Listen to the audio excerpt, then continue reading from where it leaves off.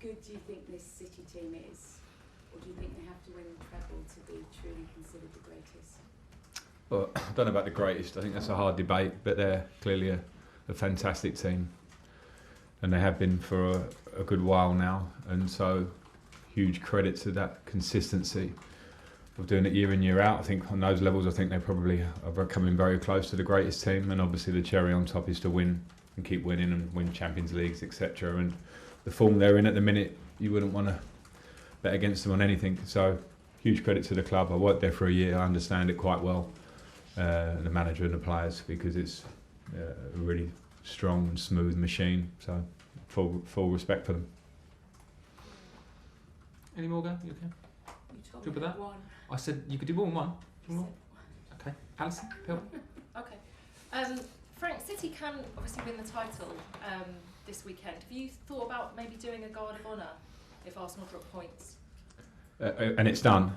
Yeah. If I haven't, but we could do. We would do. I remember getting that myself as a player, and I thought it was something very respectful. So yeah, I'd have no problem with that at all.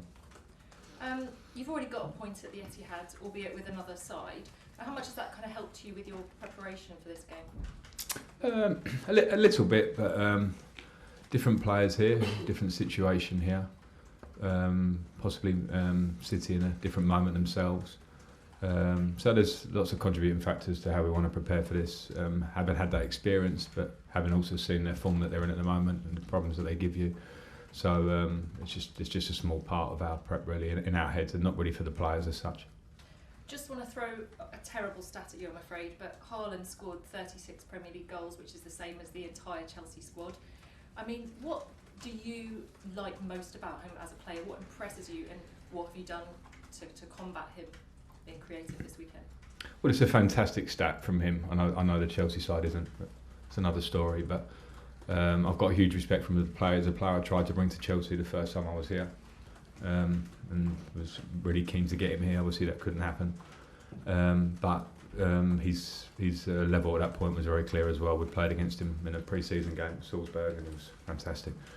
So credit to him. I love seeing players at that level. I love seeing players with that personality and level of hunger to play and be the best, which he's proven himself to be.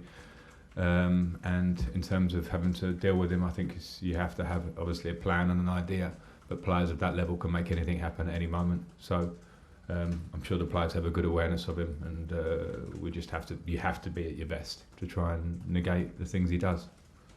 I just want to ask you something more personal. Some of the greatest managers always say that you learn the most about management in the hard times. What have you learned the most with this stint that you've been through that you feel will help you more in the future? I know there must be so many things, but is there something that stands out? I think some simple things more than big detail. I think to compete in the Premier League, you have to have big motivation, big training ethics, big standards at a club, or it's very difficult. And I kind of knew that anyway, because I played here for a long time. But unless you have those things, the tactical detail and the edge, the back end will not matter, because no game plan ever works without intensity, and that's something that will always remain in football, and even more so as the game moves forward and gets faster. Moves, talk sport. Hi Frank, you well? Yeah, really well. Thanks. You just mentioned there you tried to sign Haaland, and you obviously said about his stats this season. Can you think of a striker you played with who had a similar impact on the Premier League as him? Someone like maybe Drogba, I don't know. Yeah, I couldn't compare him to Didier, because they're two different individuals in different moments at their clubs. And but of course, as a Chelsea person, Didier had that impact over a long period of time, and Haaland's just started out, and his impact has been more instant, and that's a big credit to him, because how he's managed to do that coming straight to the Premier League. Some people doubted that a little bit, and I think that he's proven that for starters. But Didier, over a really sustained period, did huge things for this club. I don't think there's a direct comparison, but they're both obviously great strikers. Mikel Arteta said to me this morning that City are arguably the best team in the world, which is a statement in itself. But are they good for English football if every year, and this will be the third year in a row they've won the title, fifth year in six, are they good for English football that every year they're so good? I don't think at this moment you can argue with that. I understand Mikel's saying in his words, but I think they are the best team in the world, and is it good for English football? Yeah, why not? Because I think you have to push the standards of the league, and others have to react to that. You know, we have this incredible brand here where the league's improved year on year as far as I see it. The competitive nature of staying in the Premier League, making the top four, and Manchester City have set standards, and the rest of the league have to try and aspire to that. It's not easy because obviously they've done things very clinically in a really good way over a number of years. But you know, I think if we all take away our rivalry feelings, if you are a rival of Man City, you can't be anything but impressed by the nature of their game, how they play. Especially watching them the other night, it was fantastic to watch. So I don't think it's a bad thing at all. You mentioned they're setting standards. Are they a barometer for Chelsea going forward next season? I mean, you've got some outstanding players at this club, and I think the club's underachieved this year. Are they a barometer for Chelsea next season? I think it's hard to call them a direct barometer, because when you say set standards, that's like a sort of casual look at it. Standards have to start from the beginning. So for me, standards are every player that's in that squad is pushing to get into the teams. The players that play know that if they don't have intensity and don't run and don't do these things, the next man will come in and do it. And that's something to be worked on in terms of recruitment and how you build a squad and how you build a mentality. So if that's the barometer, then there's a lot of work to do for us here to try and get to that. And finally, you've had a spell here again now, which will end in the next couple of weeks. I know it's been tricky. I know the results haven't gone the way you wanted to, but have you enjoyed it? I have enjoyed it. I get asked it a lot, and you know, you want to always get results. You have to be realistic in football. And when I came into this, you know, the Champions League dream that everyone talked to me about when I first come, you know, it's been done before. Can we do it again? I think the realistic answer was we're in where we are in the league for a reason, and our view at that point was to try and beat Madrid and then possibly City to get to a final. So that was a difficult one. And then in terms of the rest of the job, is how many sort of small wins can I try and impact behind the scenes. Can't always impact results. And as I say, generally there's a lot of work to do here, but can I have little small impacts with certain individuals within the group, because I have a big feeling for the club. So when I walk away, I wanted to be able to say I've done that. So I enjoy coming to work to try and improve players, and the ones that want to be improved and are good to work with, I think then they will have impressive careers here and going forward. So yeah, I've enjoyed that side. Good to see you again. Cheers, thanks. Nick, BBC 5 Live. From what you knew of Haaland, when you saw him arrive at Manchester City, did you think he would hit the ground running as fast as he had, or did you think he might be a player who would need a season or two to adapt to the Premier League as other players have in the past? No, I think he's special. I thought he'd adapt straight away, just for his level. So you literally thought he was going to score hatfuls of goals straight away, no need to adapt? Well, you know, I didn't consider it that closely, but I just think with the level of player and his record of scoring, firstly in Austria, secondly for his country, and then in the Bundesliga, which is not an easy league, to come into a really good unit already, you know, that's something that's obviously a recipe to really help him, and then the rest is just credit to himself and the team around him. But I did expect that. That's not just an easy hindsight answer. I've got a real respect for the player. And how much do you think, sort of, what if you'd have been able to bring him to Chelsea, what might have happened? Yeah.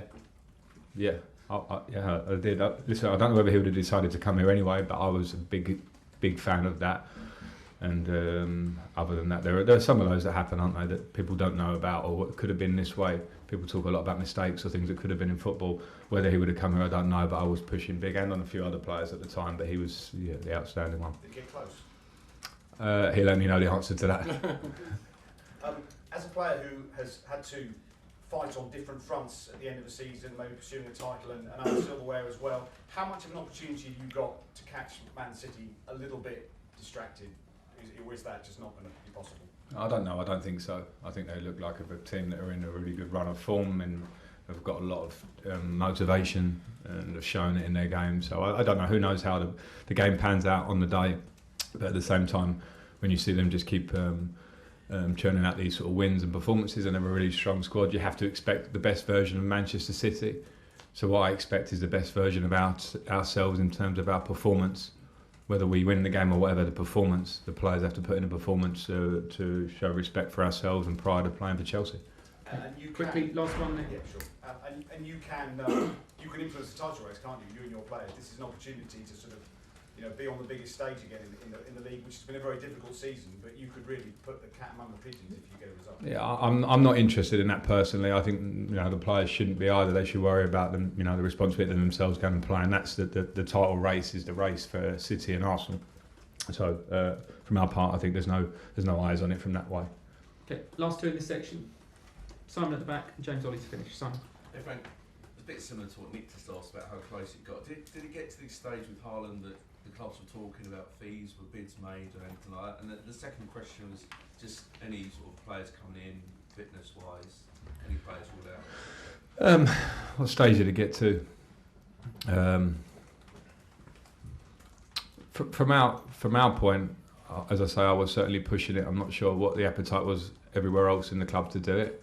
The competition was big to take him because of he was an outstanding player, and I think there was a buyout clause at the time, which was relatively reasonable, maybe considering the player. And so all those things, I don't really know. I don't have enough detail, Simon, to say how close it was, as I say. So sort of by the by in a way, really. And then injury-wise, we're pretty much similar to where we have been recently in terms of Mason, Reece, Chile, N'Golo, Marco Corella, not fit. Cooley's been training. Koulibaly's been training with us for this week, but it's probably not really ready for a game like this. Just he's ahead of schedule, to be fair. And Benoit has injured himself in training 2 days ago with his groin, and will miss the game, and we're assessing that now as we speak. Okay, last question, James. Frank, I know it isn't official yet, but can you give us a reaction to the sort of widely reported news that Mauricio Pochettino is going to be? Not if it's not official, no. Have you spoken to him yet? No. Okay, end of that.